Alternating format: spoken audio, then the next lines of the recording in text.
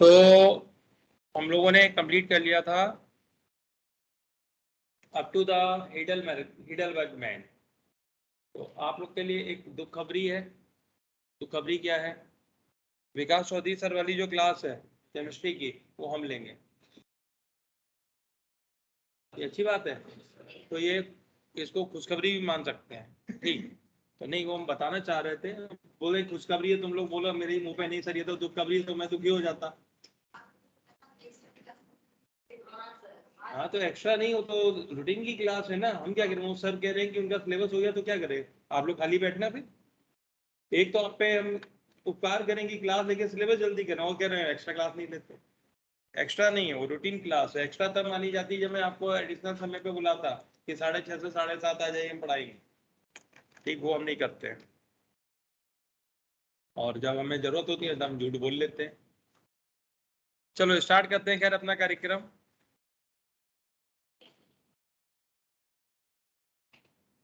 अरे भाई, शेयर हो गया है ना?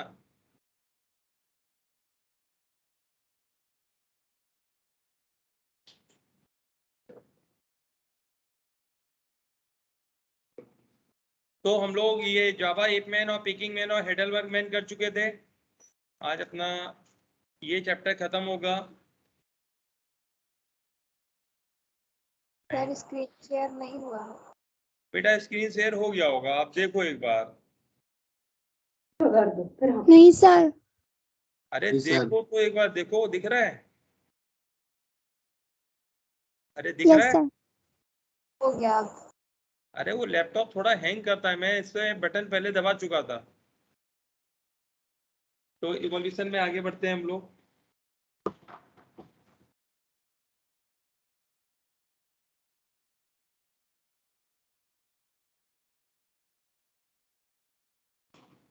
नियंदरथल मैन। विकास सर की क्लास जस्ट नेक्स्ट है या नेक्स्ट टू नेक्स्ट है? ओके, 11 से 12। तो 11 से 12 पुनः में होगा। इसके बीच में कौन सी है? एसएसआर की। Okay, Neanderthal man. खोजकर्ता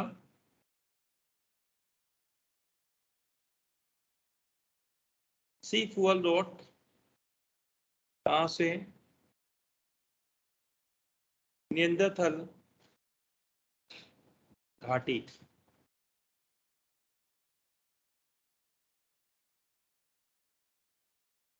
जर्मनी में स्थित। तो सी फुअल रोड द्वारा ये डिस्कवर्ड है। अब ये क्यों इतने फेमस हैं?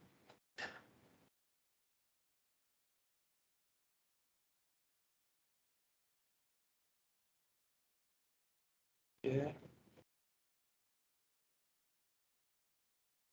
सर्वाधिक संख्या में लगभग 1 लाख वर्ष पूर्व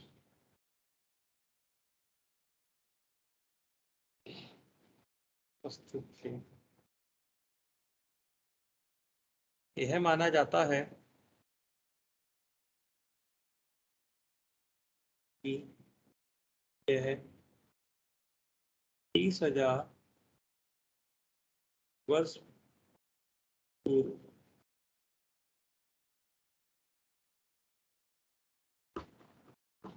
विलुप्त हो गए। क्या माना जाता है? ये 30,000 वर्ष पहले ही विलुप्त हो चुके हैं। तो 1 लाख वर्ष पूर्व भी ये बहुत ज्यादा डाइवर्सिफाइड थे। उससे भी पुरानी ओरिजिन है, करीब 1.5 लाख वर्ष पूर्व ये ओरिजिनेट हुए हैं। डेढ़ क्या मतलब, डेढ़ या पौने 1.25 लाख ईयर पहले ये ओरिजिनेट हुए। 1 लाख वर्ष पूर्व ये खूब ज्यादा पृथ्वी पे फैले हुए थे, और 30,000 साल पहले ये पूरे के पूरे विलुप्त हो गए हैं। जो कैरेक्टर्स हैं वो क्या क्या है? इनहेलर कैपेसिटी 1450 सीसी के आसपास। वर्तमान मानव सदृश तो क्रेनियल कैपेसिटी अभी के जो मनुष्य हैं उनके बराबर थी।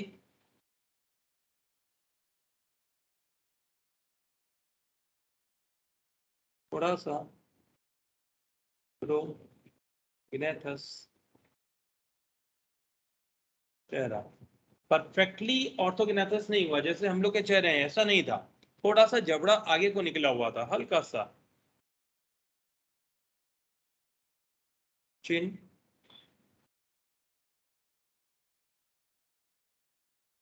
ठुड्डी, ठुड्डी समझते हैं ये चिन, ये पुराने मानवों में नहीं थी, इसमें चिन हल्की फुल्की डेवलप्ड है। चिन है मतलब हल्की सी डेवलप्ड है लेकिन परफेक्ट नहीं है। चिन, चिन,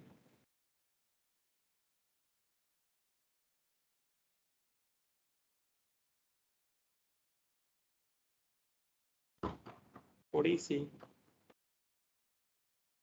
विकसित।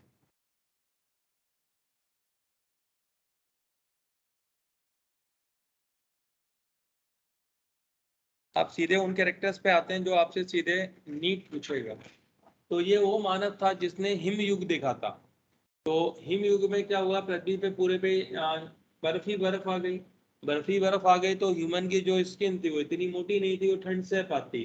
तो इन्होंने जो जानवर मार के खाते थे उनकी खाल को उठा के वस्त्रों की तरह पहनना स्टार्ट किया। तो प्रथम मानव थे जिन्होंने जो जानवरों की खाल थी उसको वस्त्रों की तरह पहनना स्टार्ट किया।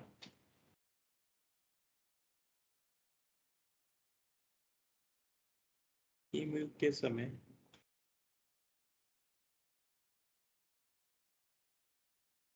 उपस्थित थे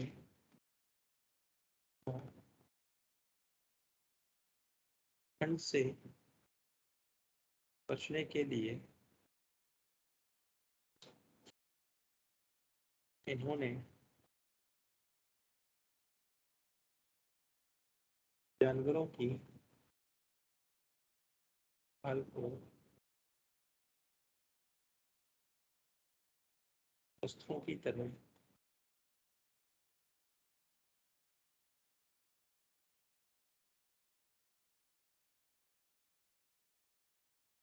प्रयोग किया। तो वस्त्रों की एक तरीके से खोज हो गई। ये ट्रू प्रीडेटर थे, अर्थात ये पूरे के पूरे शिकारी थे, मांसाहारी थे, जानवरों को मार के खाते थे। साग भाजी बहुत कम, मतलब वही सलाद अलाद की तरह खा लिया तो खा लिया, अंडे नल्ले, टिपिकल मांसाहारी। तो हम लोग के जो पूर्वज थे, दो इमीडिएट पूर्वज जो होमोसेपियंस कैटेगरी के हैं, ये होमोसेपियंस निएंडरथैलिस है, ये भी कंप्लीट मांसाहारी। उससे पीछे आएगा क्रो मैग्नन, अभी वो भी कंप्लीट मांसाहारी था। तो उसके पश्चात हम लोग पुनः सर्वाहारी की कैटेगरी में जा रहे हैं। हम लोग के पूर्वज कैसे थे, स्ट्रिक्ट कार्निवोर्स। ये है।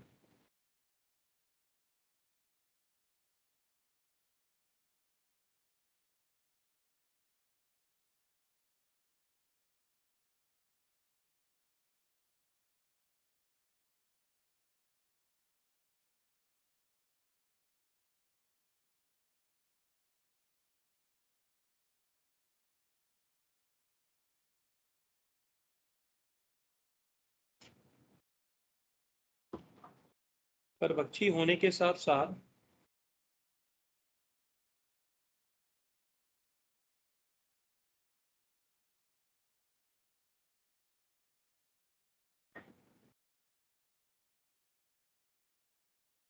कुशल शिकारी भी थे। इंपॉर्टेंट पॉइंट है, ये दोनों पॉइंट बहुत ज्यादा इंपॉर्टेंट हैं। ये पर्वतीय होने के साथ साथ कुशल शिकारी भी हैं। ये माना जाता है कि इनमें कल्चरल डेवलपमेंट हुआ, सांस्कृतिक डेवलपमेंट था। और ये अपनी जो आत्मा है उसकी अमरता में बिलीव करते थे, कि इनको ये पता थे कि जो आत्मा है मतलब बॉडी के अंदर कुछ है ऐसा कि जो यूनिक है, कुछ विशिष्ट लक्षण है। तो उसको मानने का इसकी खोज किस प्रकार से हुई, जब ये देखा गया जो अपने जो मृत लोग हैं उनको दफनाते थे, दफनाने के साथ साथ उसके बाद फूल पत्ती औजार या कुछ जो ये वस्त्र वगैरह वो छोड़ दिए जाते थे या हथियार छोड़ दिए जाते थे। तो ये माना जाता था कि इनको ये लगता है कि जो मर गया वो इस दुनिया से किसी दूसरी दुनिया में जाएगा और वो अपनी इन चीजों का उपयोग करेगा, अर्थात ये मानते हैं कि आत्मा है। तो यहाँ से ये कंक्लूड किया गया, ये है आत्मा को जानते थे तथा रत्नों के दाह संस्कार के समय फूल, पत्ती, औजार आदि के साथ रखते थे। ये बहुत लंबे समय तक प्रथा चली है मृत के संग उनके उपयोग की चीजों को रखना। अभी भी मेरठ के आसपास एक जगह खुदाई हुई तो वहां पे करीब 3 या 4 हजार साल पुराने वो मिले हैं, मतलब मानव कंकाल। अब उनको जीवाश्म क्यों नहीं कह सकते, मैंने बताया था होमो सेपियंस सेपियंस होंगे तो जीवाश्म नहीं होगा। होमो सेपियंस सेपियंस के ही थे, लेकिन वो जो पुराने जमाने में जो योद्धा होते थे या राजा महाराजा थे उनके जीवाश्म मिले हैं। तो उसमें भी जो पाए गए हैं, जैसे उनका रथ रखा है, तो रथ के आसपास भी तीर कमान भाले ये सारी चीजें रखी पाई गई। मतलब जो अच्छे अच्छे योद्धा होते थे उनके दाह संस्कार के समय जो उपयोग में ला रहे चीजें, वो भी उसमें वहीं दफन कर दी जाती थी। तो ये माना जाता था कि ये जो लोग हैं ये वापस किसी दुनिया में आएंगे और उनका उपयोग करेंगे। और इनका है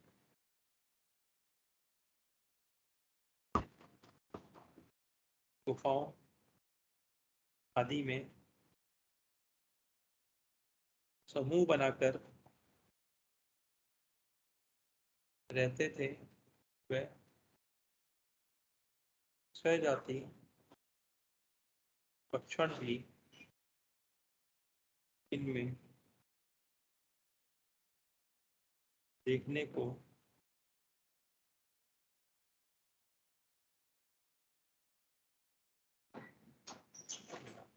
तो इनके अंदर स्वय जाति भक्षण भी था, ताकि ये अपनी जाति के सदस्यों को मार के खा लेते थे।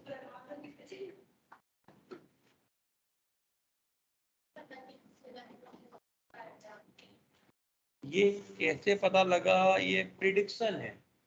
जैसे जो भित्ति चित्र हैं उनमें ऐसे एविडेंसेस मिले होंगे कि ऐसा किलिंग दिखाई गई होगी। या बहुत बार मैंने आपको बताया था जो मल पदार्थ होते हैं, मल पदार्थ अगर उसमें पाए गए फॉसिल्स के रूप में, उसको कैप्रोलाइट बोलते हैं, तो उसके इन्वेस्टिगेशन से अगर उसमें ह्यूमन के ही पदार्थ मिल रहे हैं तो ये माना जा सकता है कि स्वजाति भक्षण वाले थे। अब बाकी क्लियर कट तो नहीं कह सकते कि ये थे ही थे स्वजाति भक्षण वाले। एक काम कर, बाहर कोई घूम रहा है उसको पिलाना, ये कमल वगैरह जो भी है देख के जाना, उसमें कील है तुमने लगाया है।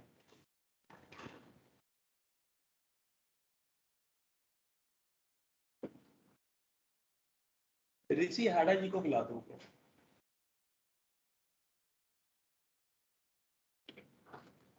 Thank you. तो यहाँ पे मतलब जो चीजें लुप्त हो गई हैं उसके बारे में बहुत क्लियर कट नहीं बता सकते। ये बता सकते हैं ब्रेन साइज क्या है, तो स्व जाति विक्षण देखने को मिला, मतलब कुछ एविडेंसेस साइंटिस्टों को मिले होंगे। लेकिन अगर ये बोलते हैं कि स्व जाति विक्षण था ही था तो वो कंफर्म नहीं होता है। कभी भी हम लोग जीवाश्म के बारे में ये नहीं बता सकते। जैसे जो भी ये चीजें हैं ये लिखी कहाँ से जाती है, पुराना लिटरेचर, एनसीईआरटी ने भी कहीं से कॉपी किया और उसी कॉपी को हम लोग पढ़ा रहे हैं। उसी कॉपी को एक्सपेंड फॉर्म में और दोबारा जो इसको रिसर्च करके देखा गया तो उसको एक्सपेंड करके पढ़ाया गया। अब हम लोगों ने पढ़ा होमो हैबिलिस। होमो हैबिलिस से पहले हम लोगों ने पढ़ा ऑस्ट्रेलोपिथेकस। वहां पे लिखा है ये पत्थरों से शिकार करते थे। अब शिकार तो जाहिर सी बात है मार के खाने के लिए किया जाएगा, ऐसा तो नहीं कि मौज मस्ती के लिए शिकार कर दिया, मार दिया और ताली बजा रहे।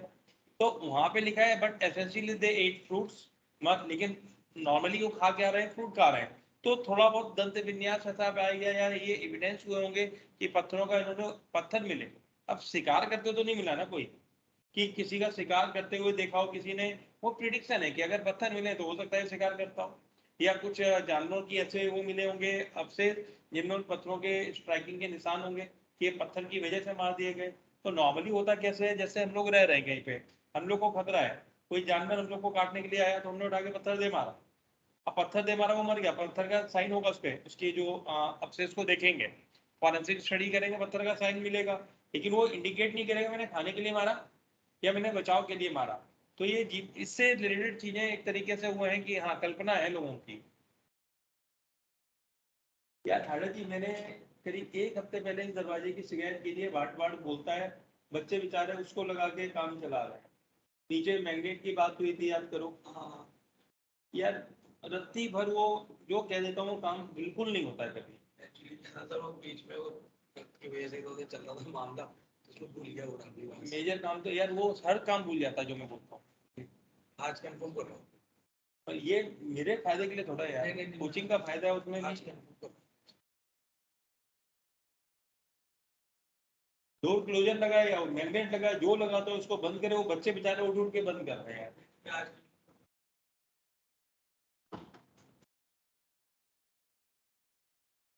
क्या हुआ? कि मैं तो बचपन से अच्छा हूँ, अभी इन लोगों ने मेरी अच्छाइयाँ नहीं देखी हैं। थोड़ा इनको इनको दिक्कत है, इनको कोई समझ में नहीं आ रहा मैं क्या क्या रहा हूँ इनसे, और ये करते क्या है। चलो, हम लोगों ने नियंत्रण कंप्लीट कर लिया। अब इसके पश्चात जो हम लोग के पूर्वज आए वो थे क्रो मैग्नन।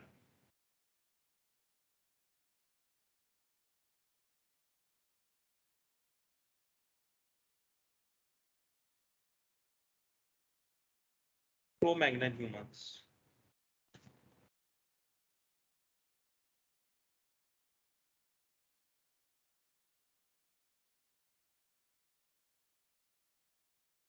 ये थे होमो सैपियंस,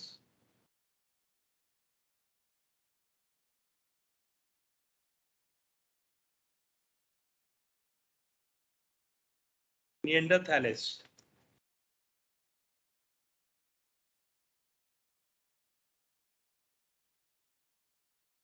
हैं, होमो सैपियंस फॉसिलिस।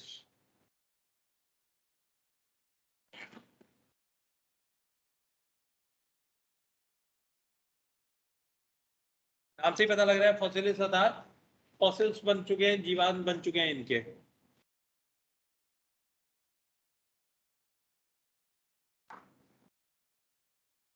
खोजकर्ता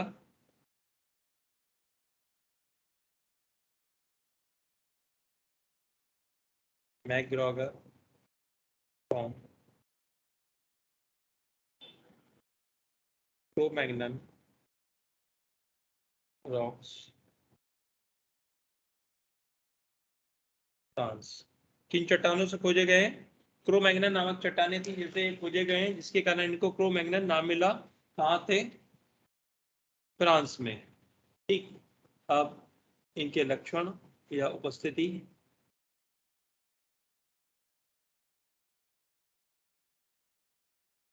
34,000 वर्ष को उत्पन्न हुए एवं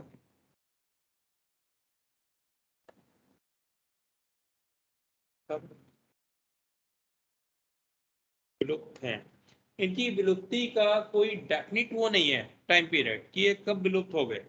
तो जैसे ऊपर मैंने निंदक का पढ़ाया, 30,000 वर्ष पहले वो विलुप्त हो गए, लेकिन इनका नहीं पता ये कब विलुप्त हुए।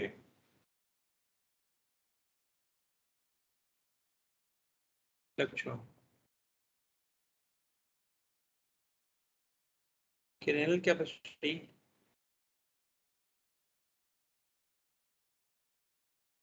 औसतन 1650 सीसी। वर्तमान में मानव की मैंने कितनी लिखाई अभी? 1450। मैंने बताया नियंत्रण के बराबर थी, और इनकी क्रेनल कैपेसिटी हम लोग से 200 सीसी ज्यादा है। अर्थात ये हम लोग से बहुत ज्यादा बुद्धिमत्ता वाले थे, हम लोगों से बहुत ज्यादा ये सांस्कृतिक रूप से संपन्न थे, ये हम लोग से बहुत ज्यादा एडवांस माने गए हैं।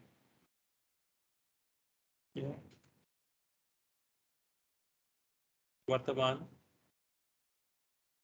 मानव से ज्यादा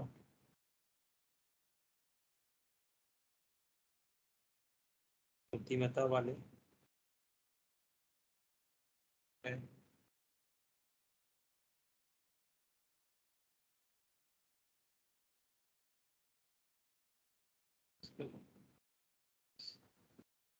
सांस्कृतिक रूप से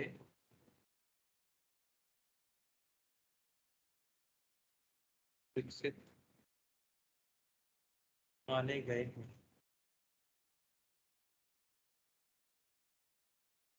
लंबाई लगभग 1.80 मीटर। 1.80 मीटर एक बहुत अच्छी लंबाई मानी जाती है, जो अभी भी मनुष्यों में ये नॉर्मल नहीं मिलती है। अभी हम लोग की एवरेज जो हाइट चल रही है 1.65 से लेकर 1.75 मीटर चल रही है, अर्थात 5 फुट 5 इंच से थोड़ा सा 5 फुट 10 इंच या 11 इंच। और इनकी परफेक्ट 6 फीट थी ऑन एवरेज। हाइट कितनी जा रही है? 6 फीट। मतलब कि हम लोग से ज्यादा अच्छे डील डॉल वाले हैं, ज्यादा अच्छा डील डॉल। डॉल हो गया, doll doll deal doll doll.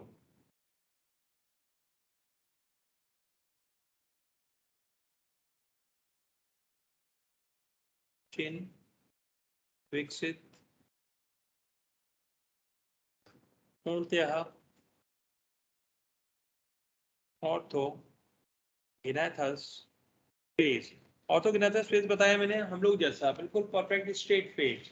अगर ये चेहरा बिल्कुल स्ट्रेट है, हाथ रखने पे कोई उभार नहीं आ रहा है, तो इसको ऑर्थोगिनेथस बोलते हैं। अगर जबड़ा आगे को निकला होगा तो प्रो। प्रो मतलब आगे। आगे कौन? गिनेथा। गिनेथा मतलब जबड़ा। तो जबड़ा आगे निकलने वाले प्रोगिनेथा, तो इनका फेस कैसा है? परफेक्ट ऑर्थोगिनेथा। और चिन का डेवलपमेंट परफेक्ट है।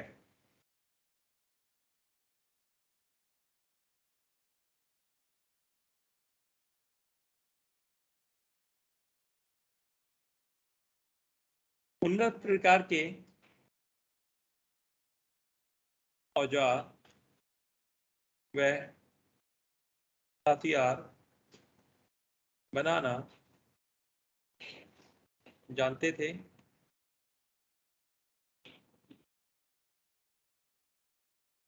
हाथी दांत के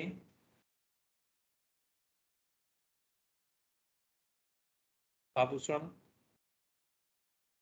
बनाते थे।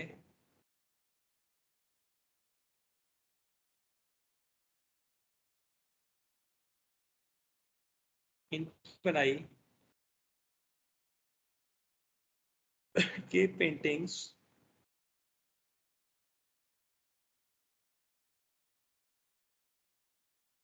भित्ति चित्र या शैलाश्रय चित्र। शैलाश्रय मतलब शैल मतलब चट्टान, आश्रय मतलब उसके अंदर जगह। तो चट्टान के अंदर अगर कोई जगह होती है तो उसको क्या बोलते हैं? गुफा। तो गुफा या जो वो थे केव्स, उसके अंदर ये शेल्टर के लिए जाते होंगे। जैसे अब सपोज करिए वो हंटिंग के लिए निकले हैं, बारिश वगैरह स्टार्ट हो गई। बारिश स्टार्ट हो गई तो अपने बचने के लिए केव में बैठे हुए हैं। अब वहीं पर उन्होंने क्या किया? किसी रंग के माध्यम से चित्रकारी की। तो वो जो चित्रकारी की वो बड़ी फेमस है इनकी। इनकी बनाई की पेंटिंग्स काफी मात्रा में प्राप्त हुई। ऐसी ही 18,000 वर्ष पुरानी पेंटिंग्स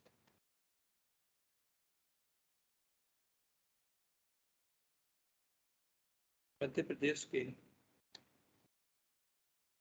रायसेन जिले के नीम पेटका में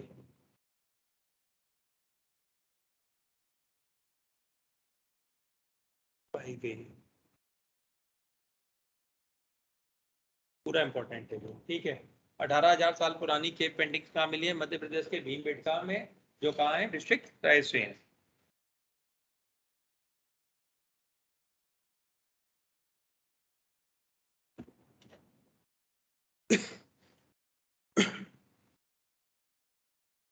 भाषा आदि का विकास हो चुका था।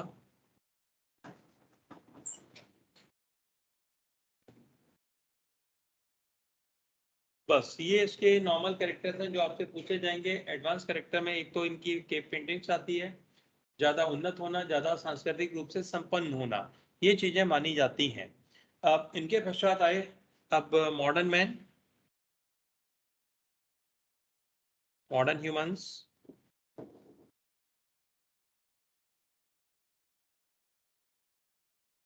Recent, Homo sapiens, sapiens.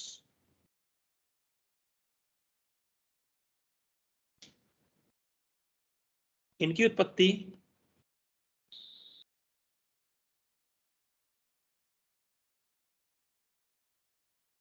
25,000 वर्ष पूर्व मानी जाती है। एक सेकेंड, इसका एक कैरेक्टर रह गया है। वर्तमान मानव के सीधे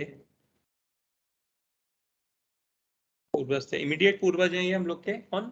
क्रो-मैग्नन। होमो सेपियंस सेपियंस हम लोग खुद ही हैं, तो इसके कैरेक्टर्स वगैरह में कुछ भी नहीं, इसकी खोज भी ऐसा नहीं कहाँ से हुई कि मतलब नॉर्मली अफ्रीका में ही हम लोग के पूरा का पूरा जो मानव सभ्यता है उसका पूरा का पूरा विकास कहाँ माना गया है? अफ्रीका। 10,000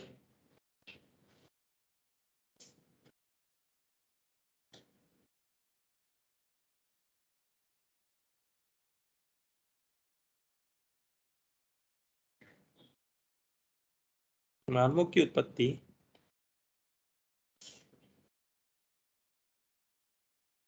अफ्रीका में मानी जाती है। इसके पश्चात वह जगह जगह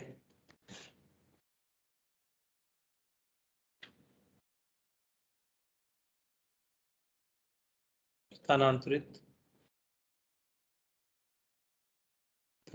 स्थानांतरित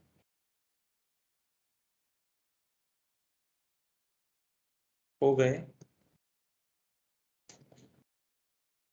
वह उनमें विविधता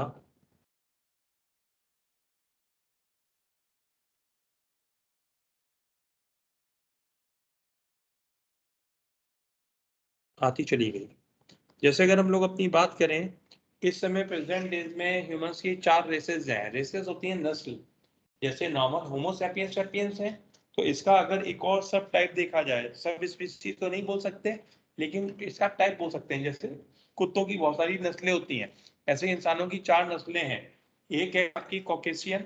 कॉकेशियन होती है जो यूरोपियन नस्ल है, अर्थात जो अंग्रेज वगैरह होते हैं वो किस नस्ल के हैं? कॉकेशियन।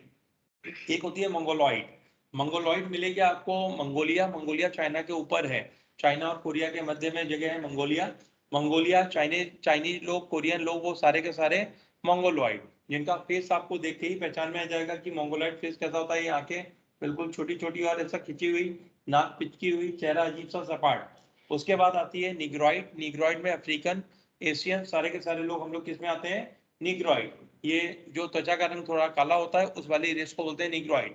फिर एक होती है ऑस्ट्रेलॉइड। ऑस्ट्रेलॉइड जहाँ ऑस्ट्रेलिया की जो बिल्कुल नेटिव है, मतलब जो सबसे पहले ऑस्ट्रेलिया में बसे, उनकी रेस मानी गई है ऑस्ट्रेलॉइड। तो 4 प्रकार की रेसेस ह्यूमंस के अंदर होती हैं। तो ये अलग अलग क्यों हुई?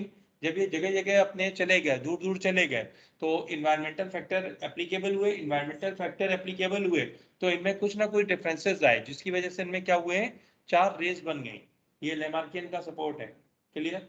अगर ये जगह जगह जाके इनमें चेंजेस आ रहे हैं तो नए इन्वायरमेंट में नई नीड है, उसके अकॉर्डिंग ये चेंज होते हैं। तो ये लेमार्कियन से सपोर्टेड है। क्लियर? तो आती चली गई विविधता, आती चली गई। 10,000 वर्ष पूर्व कृषि के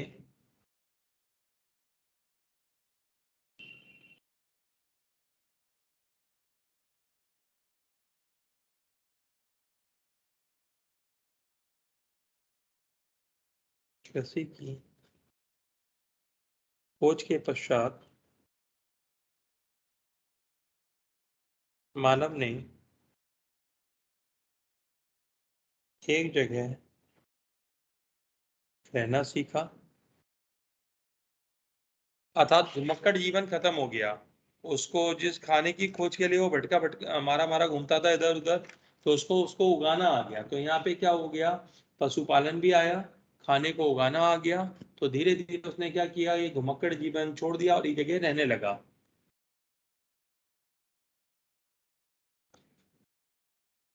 इसके पश्चात की कहानी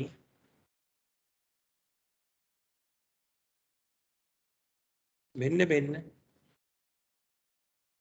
सभ्यताओं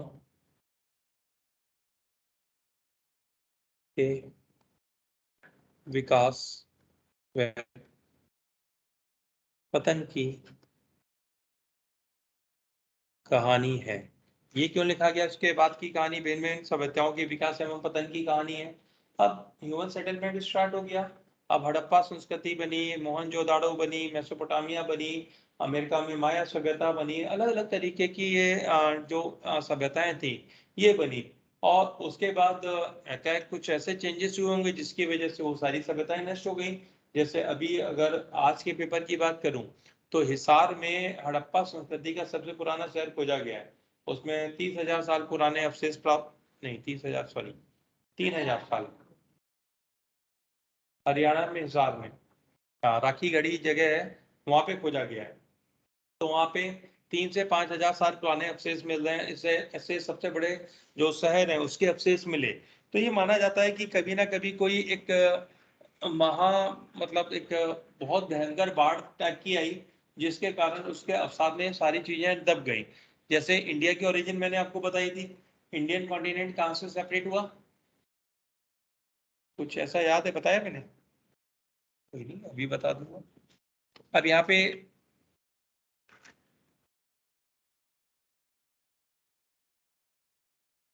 2-3 चीज, ये चैप्टर खत्म हो चुका है आपका टेक्निकली। अब मैं जो चीज समझा रहा हूँ अलग है। एक तो मैं आपको ये समझा रहा हूँ कि हम लोग आए कहाँ से।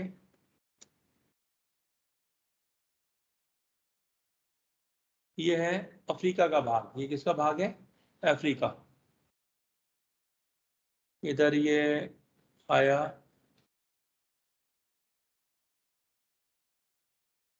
ये एरिया था। यहाँ मान लीजिए ये है तिब्बत। ये क्या है, तिब्बत। अब यहां से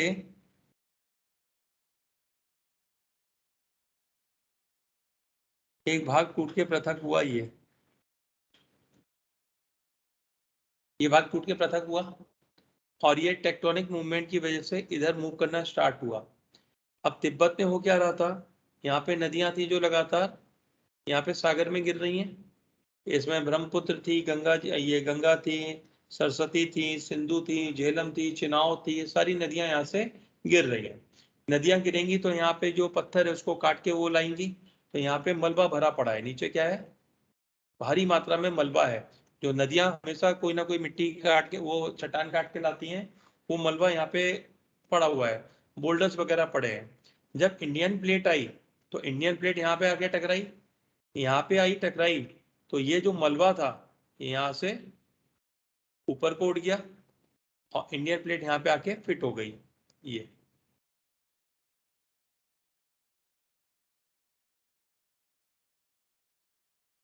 प्लेट यहाँ पे आके फिट हो गई।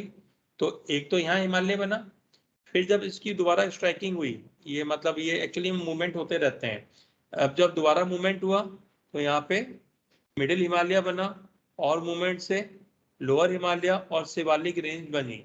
अभी भी नए हिमालय की उत्पत्ति चल रही है। एक हिमालय की और रेंज बन रही है, वो आने वाले हो सकता है 10-20 हजार सालों में बन जाए। तो हम लोग के आने के बाद अगर मानव जिंदा रहे और 10-20 साल हजार साल जिंदा रहे, तो उनको हिमालय की 4 अलग अलग रेंज मिलेंगी। हम लोग को कितनी रेंज मिलती है, 3, greater Himalaya, middle Himalaya, lower Himalaya, फिर शिवालिक। तो उनको शिवालिक परफेक्ट बन चुकी होगी। शिवालिक के नीचे हर्सिल कटक करके है, वो जगह अभी डेवलप हो रही है। तो ये हम लोग का डेवलपमेंट है। तो हम लोग का जो नेटिव जीन है वो कहाँ से है, अफ्रीका से। तो अब मैंने बताया यहाँ पे बहुत सारी नदियां आके गिर रही थी। जब ये मूवमेंट हुआ तो नदियों के बहाव चेंज हुए, ब्रह्मपुत्र ने अपने बहाव चेंज किया। अब ब्रह्मपुत्र किधर गिरने लगी? बंगाल की खाड़ी में गिरने लगी, जो पहले आपके अरब सागर में गिर रही थी। अब यहाँ पे सपोज करिए, यहाँ पे सभ्यता पनपी हड़प्पा, यहाँ पे क्या पनपी? हड़प्पा। अब ऊपर कहीं कोई ऐसी रुकावट हुई कि बहुत भारी मात्रा में पानी इकट्ठा हो गया। अब वो एकाएक क्या हुआ होगा, कोई चट्टान टूटी होगी और ये पूरा का पूरा पानी मलबे सहित बहता हुआ आया और इन पूरे शहरों को उसने पानी के अंदर डुबो दिया। कम से कम 20-30 फुट मोटी एक जो मिट्टी की परत थी इन शहरों के ऊपर चढ़ गई और सारे के सारे लोग मर गए या भाग गए, क्योंकि अवशेष मानवों के बहुत ज्यादा नहीं मिले। तो ये भी हो सकता है कि उन लोग को ऐसे प्रलय का पता लग गया हो कि ऐसी प्रलय आने वाली है, वो वहां से भाग गए हो और भाग के दूसरी जगह पे बस गए हो। तो वही मानव सभ्यता आगे चल रही है, जिसमें अगर आपने आर्य अनार्य के बारे में सुनाओ, ऐसा कुछ सुना है? आर्य होते थे, अनार्य होते थे। आर्य पुराने माने गए हैं जो इस धरती पे रहते थे, आर्यभरत मतलब दैट इज भारत पे रहते थे। तो जब वो यहाँ पे प्रलय वगैरह आई तो साउथ इंडिया की तरफ चले गए भाग के अपने आप को बचाने के लिए। तो जो प्रॉपर आर्य जाति है वो अभी भी साउथ इंडिया में पाई जाती है। फिर जब ये जमीन जुड़ गई तो बाकी जो दूसरी जगह लोग थे वो भी आके यहाँ पे आक्रमण करने लगे, जिसके कारण ये हाइब्रिडाइजेशन हो गया है स्पीसीज का। दैट इज अलग अलग तरीके के जीन की मिक्सिंग हो गई है। तो ऊपर जो नॉर्थ इंडिया है यहाँ पे मिक्स कंडीशन है और नीचे लोअर इंडिया में आर्य जाति मानी जाती है। ये सारा क्लियर। अब एक दूसरा क्वेश्चन क्या आता है कि कैसे आखिर जो क्रो मैग्नन था हम लोग से इतना ज्यादा सुविधा संपन्न, हमसे ज्यादा बुद्धिमान वो क्यों विलुप्त हो गया? ऐसा क्यों हुआ कि वो विलुप्त हो गया? तो इसमें एक कहानी समझिएगा, ये मेरी कहानी, मतलब ये लिखी हुई कहानियां नहीं है। तो आपको बहुत ज्यादा अच्छी लगे तो समझ लीजिएगा, ना लगे तो मान लीजिएगा कि सर की हाइपोथेसिस है। ये एक भाग मान लेते हैं नियंदरथल का। किसका? नियंदरथल। ये जमीन पे कब रहे? 1 लाख साल पहले तो सर्वाधिक अच्छे स्थिति में थे, सर्वाधिक विस्तृत थे और 30,000 वर्ष तक रहे। ठीक। इसके बाद उत्पन्न किसको माना गया? Crow Magnon. इनकी उत्पत्ति है 34,000 वर्ष पूर्व और ये 30,000 पे लुप्त हो रहे हैं। मतलब जो ये एरिया है कितने का? 4,000 वर्ष का। ये कॉमन है। ये कौन है? नियंडरथल। ओ सॉरी, ये क्रो मैग्नन है। Crow Magnon.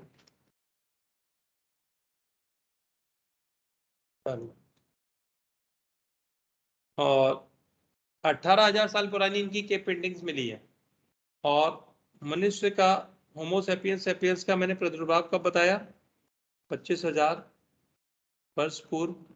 तो ये मान लें केव पेंटिंग बनाने के बाद भी ये विलुप्त हो गए, 18,000 साल मान लीजिए, तो भी 7,000 साल कॉमन आ रहे हैं।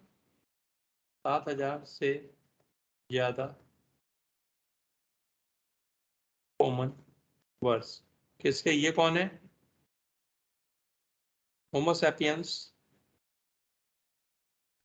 सेपियंस। तो ये कैसे भी संभव नहीं हो सकता कि अगर कोई दो प्रजातियां एक मिली जुली बिल्कुल ऑलमोस्ट ह्यूमन, अगर वो अर्थ पे रह रहा है 4,000 साल, तो उनके बीच में कोई भी मीटिंग ना हुई हो, ये संभव नहीं है। यस और नो? अगर एक जैसे मानव एक जैसे ही वो है समष्टि, तो बीच में उनके मीटिंग भी हुई होगी, प्रजनन भी हुआ होगा, प्रजनन हुआ होगा तो जीन का आदान प्रदान हुआ होगा, और आदान प्रदान हुआ होगा तो मतलब जीन की वैरायटी चेंज हुई होगी। फिर जब क्रो मैग्नन और ह्यूमोसेपियंस सेपियंस एक समय थे, तो यहाँ पे भी जीन का आदान प्रदान हुआ होगा। यस और नो? तो एक थ्योरी तो ये बोलती है कि ये जो फ्यूजन है, ये यहाँ पे जो फ्यूजन हुआ, इस फ्यूजन का नतीजा है हम लोग, कि क्रो मैग्नन तथा नियंदरथल मैन के बीच में जो प्रजनन हुआ, उससे जो जीन में गिरावट आई, क्रो मैग्नन के जीन में एक तरीके से गिरावट आई, जो क्रेनियल कैपेसिटी थी कम हो गई, उससे होमोसेपियंस सेपियंस बने। ये एक नॉर्मल एक वो है थ्योरी, ये क्लियर? ये पल्ले पड़ रही है। फिर एक और अलग थ्योरी आती है, वो ये बोलती है जो क्रो मैग्नन थे वो इतने ज्यादा इवॉल्व थे, इतने ज्यादा वीकेंड से कि डेवलप थे, विकसित थे, कि वो पृथ्वी छोड़ के चले गए। जिसको हम लोग परग्रही बोलते हैं, एलियन बोलते हैं, एक्चुअली में क्रो मैग्नन है। और वो अर्थ पे पहले रहते थे। जैसे अभी ह्यूमन क्या कोशिश कर रहा है कि कहीं हम और दूसरे ग्रह पे जीवन को व्यवस्थित कर पाए। वो मून पे ट्राई कर रहा है, मंगल पे कर रहा है कि हम कॉलोनी बनाएंगे, वहां पे ह्यूमंस को रहने भेज देंगे। ये हम लोग की सोच है। आई कहां से? आई कहां से? क्या हम कोई भी ऐसी चीज सोच सकते हैं जिसके बारे में रत्ती भर भी ना पता हो? बिल्कुल नहीं। ये हम वही चीजें हम निकाल सकते हैं, सोच सकते हैं जिसके बारे में सुना होगा। बिल्कुल कपोल कल्पनाएं ऐसा नहीं हो सकती कि मुंह उठा के देखा तारा दिख रहा है उस पर रह लेंगे। तो ये चीजें एक्चुअली में क्या है, ये चीजें गवर्नमेंट छुपा लेती हैं। उनके पास लिटरेचर है, एविडेंसेस हैं जिससे उनको पता है। अब सपोज करिए हम लोग ये तो पढ़ते हैं कि अंतरिक्ष में मनुष्य ने जाना सीखा। आप सभी को पता है अंतरिक्ष में अगर कोई यान भेजा जाएगा तो पलायन वेग से गति उसकी ज्यादा होनी चाहिए, तब तो हम लोग की ऑर्बिटल क्रॉस करेगा। पहली चीज तो पलायन वेग के बारे में ज्ञान होना चाहिए था। आपने एयरक्राफ्ट बना लिया, अब आपको यही नहीं पता है इसको हम लोग की अर्थ की ऑर्बिट क्या है, कहाँ तक ग्रेविटेशन है, कैसे भेजना है।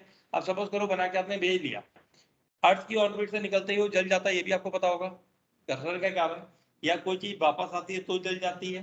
तो ये भी उसको ज्ञात था कि पहले से कोई ऐसी एक्टिविटी होती है तो पहले वाले जहाज जले तो नहीं। मतलब उनको ये पता था कि बाहर जाने पे ऐसा होगा, हमारे संग वापस आने पे ऐसा होगा। तो ये सारी चीजें पहले से ज्ञात था। और ये ज्ञात किसके माध्यम से हुई? ये जाहिर सी बात है वही लोग हैं जो पहले इन्वेंट करके गए। अभी जैसे हम लोग बात करते हैं कि जो पुराने जमाने में रावण था, अब उसको तो एक तरीके से हाइपोथेटिकल माना गया है कि उनके पास जहाज हुआ करता था, जो पुष्पक विमान से जिससे वो ये सीता जी का अपहरण करके ले गए थे, जहाज था। तो जहाज की सपोज करिए हम उसको मान लें कपोल कल्पना है किसकी, किसी भी राइटर की। अगर हम एक रामायण महाभारत को हम ये मान लें कि वो काल्पनिक ग्रंथ हैं, तो कल्पना की एक लिमिट होती है। कल्पना की लिमिट क्या होती है? वही चीजें लिख सकता है जो आपने देखी है। अगर आज आज आपको मैं फ्री हैंड बोल दूं कि आप कुछ भी सोच के लिखो, आप कुछ नहीं भी लंबी गप मार लो, लेकिन आप गप भी वही मार पाओगे जिसके बारे में सुना है। ऐसा उससे अलग तो गप नहीं मार सकते। तो जिस लेखक ने उसको लिखा तो उसने भी किसी विमान के बारे में सुना होगा, उसने उस विमान का डायग्राम भी बनाया। उसमें जो यह पुराने लिटरेचर है उसमें ये भी लिखा गया ईंधन कौन सा यूज होता था, मैकेनिज्म भी बताएगी कैसे यूज होता था। मरकरी यूज करते थे, और मरकरी अभी भी ह्यूमन यूज नहीं कर पाता है एज ए फ्यूल। मरकरी की खासियत ये होती है कभी खत्म नहीं होता है। अगर आप एक मटर के दाने के बराबर मरकरी को अगर आप ईंधन की तरह यूज करना सीख गए तो कभी भी खत्म ही नहीं होगा। ये मैकेनिकल साइंस के लोग बता सकते हैं। तो आपने लिखा तो लिखा, कुछ ना कुछ पढ़ के लिखा। तो ये इंडिकेट करती है कि जो क्रोमैग्नन था मे बी वो यहाँ से चला गया, और उसी को हम लोग मानते हैं भगवान। उसको भगवान क्यों मानते हैं? क्योंकि जिस भी धर्म में देवताओं के चित्र बनाए गए हैं वो एक परफेक्ट ह्यूमन के बनाए गए हैं, लंबा चौड़ा ह्यूमन, परफेक्ट ऑर्थोगेनेटस फेस, हर तरीके से डील डॉल में हम लोग से अच्छा। ये सुन लो। तो ये माना गया कि जब वो लोग वापस पृथ्वी में अपने किसी भी उससे आते थे, स्पेस शिप बोल सकते हैं अभी हम लोग, कि वो जैसे अब भाई वो उतने पुराने होंगे, रथ जैसा बना या जो भी बना कल्पना रूप से की गई। आपने देखा होगा पहले दिखाते ना रामायण महाभारत में, उन्होंने ऐसे हाथ उठाया उनका रथ वो स्वर्ग से आ गया। तो एक्चुअली वो स्पेस क्राफ्ट है जिसके बारे में बताया गया है। तो उन्होंने जब इन लोग को ऐसे आते जाते देखा तो ऐसे आता जाता मतलब कोई चमत्कारिक चीज है, और जो चमत्कार करे वो कौन है? भगवान। तो इन सबको क्या मान लिया गया? भगवान मान लिया गया। तो अभी ह्यूमंस वापस उस जगह पहुंचे ही नहीं है जो ये बता पाए कि हम लोग आए कहां से, क्रोमैग्नन कहाँ गए। वो तो हम लोग के पार चीज है कि क्रोमैग्नन कहाँ गए कतई नहीं पता। जिसकी 1650 सीसी हो उसको हम जैसे मनुष्य अगर उसको रिप्लेस कर दें वो तो संभव नहीं। ऐसा मानते हैं कि नहीं? तो ये चैप्टर खत्म हुआ इसी के साथ कि हम लोगों ने भूतकाल को देखना स्टार्ट किया था। भूतकाल को जितना ह्यूमन देख पाया उतना देख लिया। क्योंकि जब हम बोलते हैं कि नियंदरथल मैन वो 1 लाख साल पहले विस्तृत रूप से फैले हुए थे, तो उसकी जीवाश्म कहाँ है? क्या ऐसा है कि खुदाई करते ही जीवाश्म मिल जा रहे हैं? नहीं मिल रहे हैं। तो आखिर वो गए कहाँ? क्रोमैग्नन के जीवाश्म क्रोमैग्नन रॉक से मिले? ऐसा नहीं है हर जगह से मिल रहे हैं। पृथ्वी खोदी और क्रोमैग्नन मिल गया। भाई इतने तो रहे होंगे कि जीवाश्म और ज्यादा मिलते, हमसे ज्यादा तो डायनासोर के मिल जा रहे हैं। तो ये मनुष्य है कहाँ? तो बहुत बड़ी चीजें हैं जो अभी खोजी जाएंगी। अब जब मैं तो पढ़ा के निकल लूंगा, जब आप लोग बुढ़े होंगे तब तक चीजें और डिस्कवर्ड हो चुकी होंगी, तब इस पे ध्यान देना कि टीचर जो बता के गया था वो आखिर क्या चीजें आ रही हैं। ठीक है, चलिए ये चैप्टर खत्म, अब नया चैप्टर। अच्छा, एक छोटी सी इसमें मॉड्यूल बेस्ड चीज है, मॉड्यूल खोल लीजिए जरा।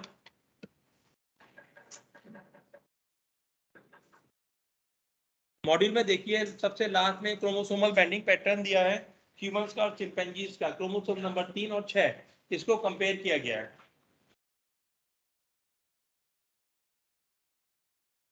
क्रोमोसोम नंबर 3 और 6 का बेंडिंग पैटर्न सेम था, इसके कारण चिंपैंजीज को ह्यूमंस के ज्यादा क्लोज माना जाता है। सिंपल अपना AIATS में या FTs में क्वेश्चन आएगा, उसका आंसर ये है, क्रोमोसोम नंबर 3 और 6 इसका बेंडिंग पैटर्न किसका सेम है, चिंपैंजीज का और ह्यूमंस का। क्लियर?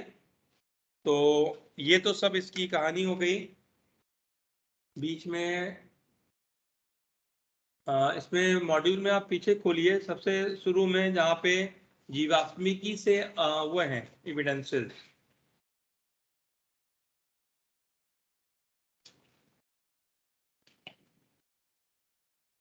और पीछे जाइए, टेबल बनी होगी बड़ी सी, जीवात्मिकी से अवशेष, जैव भौगोलिक परमाणु से अवशेष, और आगे आगे आगे आगे आगे आगे बेटा आगे 2-3 पन्ना आगे पढ़ो इसके। ये टेबल मिली पन्ना नंबर 80। तो उसकी जो टेबल है, ये टेबल आपने खुद ही याद करनी है। ये मैं स्पष्ट कर दूं, नीट में कभी इससे क्वेश्चन नहीं आ सकता, कभी भी नहीं आएगा। FTs में AITS में क्वेश्चन आएंगे, भर भर के आएंगे इसमें से। तो मैं जिम्मेदारी नीट की लेके बैठा हूँ। ठीक है, तो आप समझदार मुझसे ज्यादा हैं, आप समझ गए है ना? नहीं तो अगर आप नीट की प्रिपरेशन कर रहे हैं, चिल मारो, रहने दो। क्वेश्चन यहाँ पे गलत हो जाएंगे, कोई फर्क नहीं पड़ता, ना तो हम उसके नंबर पूछेंगे, ना ED सर पूछेंगे, ना कोई पूछेगा। फिजियोलॉजी में नंबर कम आएंगे उस समय जब इसके पेपर लगेंगे। तो अगर आपको यहाँ के नंबरों में अपने आप को प्रूव करना है तो याद कर लीजिए, अन्यथा जस्ट लीव इट। अब दो चीजें और हैं, जरा इसको देखिएगा। अपनी वो खोल लीजिए NCERT।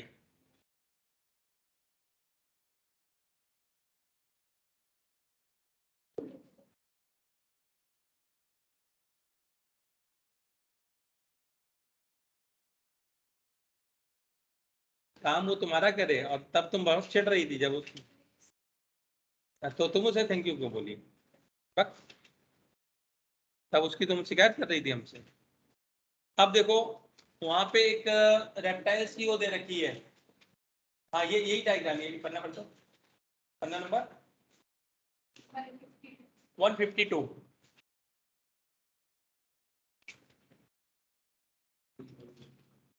मिला डायग्राम? अब देखिए इस डायग्राम को मैंने ऐसे करके असेंबल कर दिया आपके याद करने के लिए, वो डायग्राम उससे आपको याद नहीं होगा। अर्ली रेप्टाइल से सौरोप्सिडा बना और साइनेप्सिडा बना। कब बना? लगभग 300 मिलियन वर्ष पूर्व। सौरोप्सिडा से प्लाइकोसारस बने, थेराप्सिड बने, और उससे मैमल्स की ओरिजिन हुई। नॉर्मली ये वाली टेबल, ये वाली आपको सीक्वेंस पूछेगा कि साइनेप्सिडा से प्लाइकोसारस, थेराप्सिड, इससे मैमेलिया, तो ये वाली ओरिजिन याद रखेंगे। अगर और ज्यादा घटिया क्वेश्चन बनाने की इच्छा हुई नीट की भी, ये नीट में भी यूज होगा, तो वो जाएगा सौरभसिडा पे। सौरभसिडा पे एक ब्रांच बन गई टर्टल की, और दूसरी ब्रांच में बहुत सारे अभी बाइफर्केशन है। एक ब्रांच से निकले थीकोटॉन, थीकोटॉन में क्रोकोडाइल्स बने, और दूसरा एक डायनासोर और बर्ड्स पे जाके कंप्लीट हो गया। डायनासोर के बाद ये बर्ड्स में टीथ होते नहीं है, क्रोकोडाइल में भी थीकोटॉन डेंटिशन है। तो जहां पे ये टूटे थे अप्रोक्सीमेटली 250 मिलियन वर्ष पूर्व टूटे थे। तो एक तो तुआतारा में निकल गए 230 मिलियन वर्ष पूर्व। तुआतारा आज की डेट में भी प्रेजेंट है, ये न्यूजीलैंड में पाए जाते हैं केवल और केवल। वहीं अगर हम लोग उसके आगे की ब्रांच की बात करें तो एक स्नेक की ब्रांच और एक लिजर्ड की ब्रांच बनी 170 मिलियन वर्ष पूर्व। और जो टर्टल की ब्रांच है वो लगभग 290 मिलियन वर्ष पूर्व अलग हुई थी, और ये आज की डेट में इंटैक्ट ऐसी की ऐसी ही है। तो इसको बस आपको अपनी नेत्रों में बसा लेना है। तो इस पे क्वेश्चन आते हैं, ये वाला क्वेश्चन तो बहुत ज्यादा इंपॉर्टेंट है इधर वाला। ठीक है, और प्लांट्स की मैंने बनाई थी, वो मैं भी आपको सेंड करूंगा, मोबाइल में है कहीं, ढूंढनी पड़ेगी, उसको मैं कल एक्सप्लेन कर दूंगा। उसमें भी किससे कौन निकला है उस तरीके की वो है टेबल।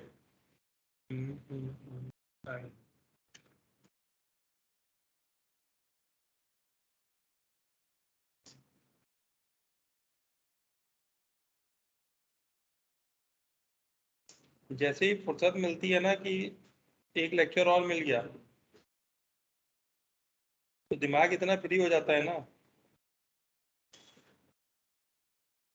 अब पहले मुझे हेल्थ एंड डिजीज इसी लेक्चर में स्टार्ट करनी थी, अब मैं आराम से स्टार्ट करूंगा अगले लेक्चर में।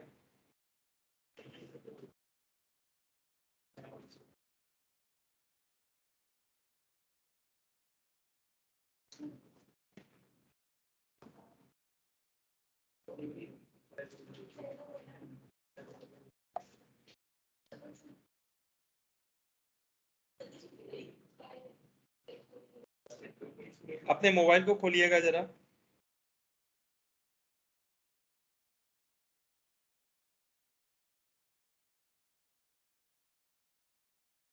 मोबाइल में देखिए एक वो मिली होगी आपको पीडीएफ।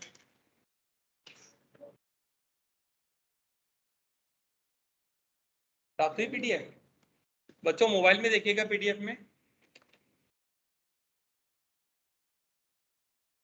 ये वो है जो प्लांट वाली टेबल है ना, तो उसको अब पीडीएफ भी खोलिए और अपना वो भी खोलिए एनसीईआरटी।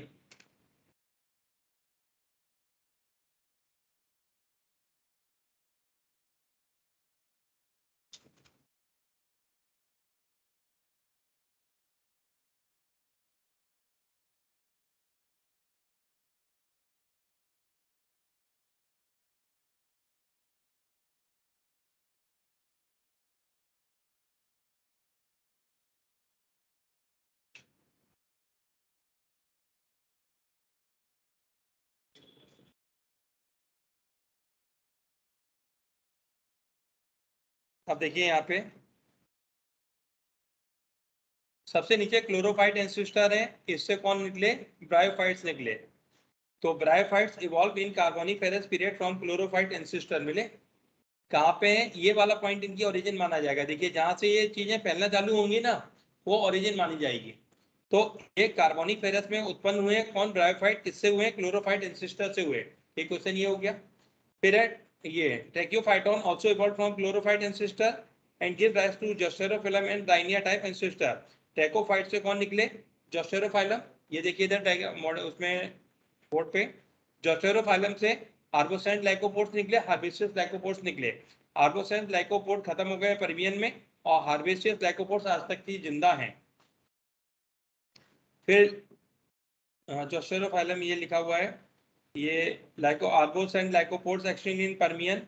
अब राइनिया टाइप जो प्लांट्स थे इनसे बने साइलोफाइटोन। साइलोफाइटोन से 1 2 3 4 5 6 प्रकार के प्लांट्स बने। साइलोफाइटोन से कितने बने? 6 प्रकार के। इनसे डिवोनियन पीरियड में ही ओरिजिन किसकी हुई? आपके हॉस्टल्स की, स्पिनोफिट्स की, यहीं से फंड्स की हुई। उसके बाद एक पार्ट निकल गया परमियन में, परमियन में जिंकोस बने। इसके बाद कार्बोनिफेरस के अंत में कॉनिफेरस बने। इसके पश्चात निटेल्स बने आपके क्रिटेशियस पीरियड में। यहाँ से प्रोजिम्नोस्पर्म बना डिवोनियन में। सीड फन बने आपको कार्बोनिफेरस में। सीड फन से 2 पार्ट निकले परमियन में, एक तो साइकेट्स बन गए और दूसरे क्रिटेशियस पीरियड में जाके डाइकोटिलीडन बने और इन्हीं से मोनोकोटिलीडन्स की ओरिजिन हुई। तो यहाँ पे डाइवर्सिफाइड है, सबसे ज्यादा फैले हुए कौन है? एंजियोस्पर्म और मोनोकोटिलीडन। ये क्लियर? तो ये जो मॉड्यूल इसका शॉर्टकट वो बनाने मैंने आपको दे दिया है। तो ये चैप्टर पूर्ण रूप से कंप्लीट हुआ। क्लियर? तो अब हम लोग मिलेंगे 11 बजे विद हेल्थ एंड डिजीज।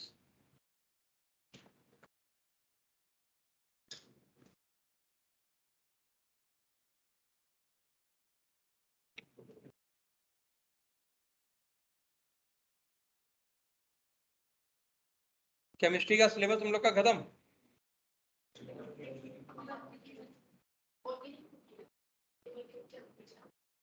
अच्छा, वो शाम को चल रही है। अर्थात हम लोग की क्लास बढ़ने वाली है मेरी। अब मैं बढ़वा लूंगा ना तो जल्दी हो जाएगा।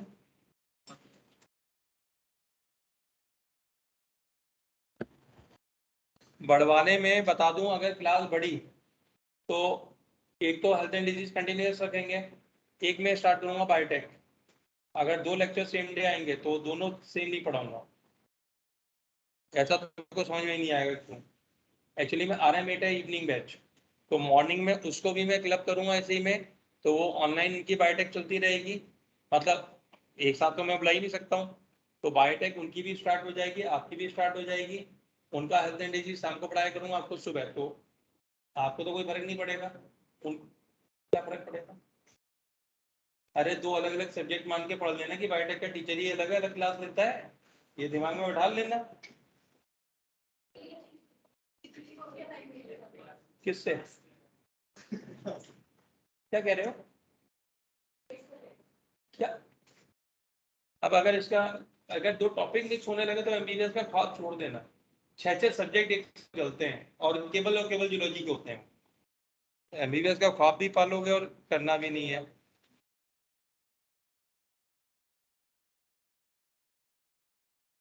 क्या कह रहे हो?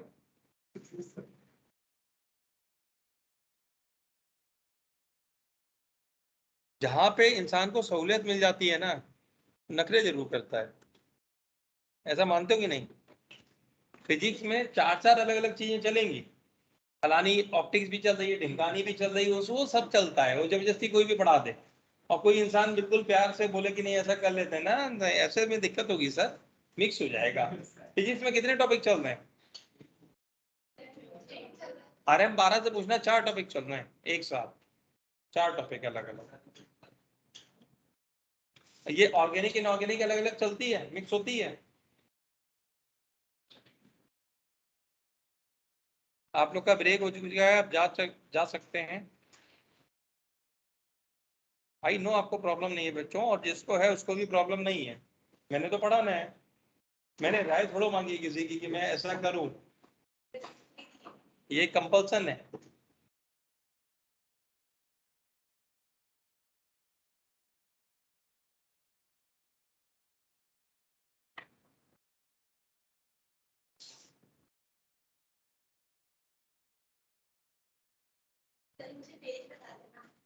कि बेटा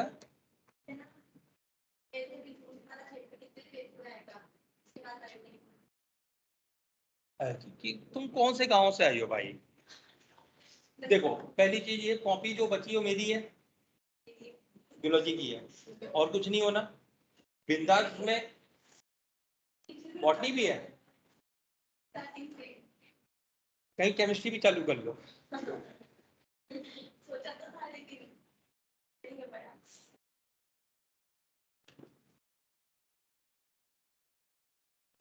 जब तुमने कॉपी की वैसे ही रेल बना दी तो कहीं से स्टार्ट करो, कितने ही छोड़ो।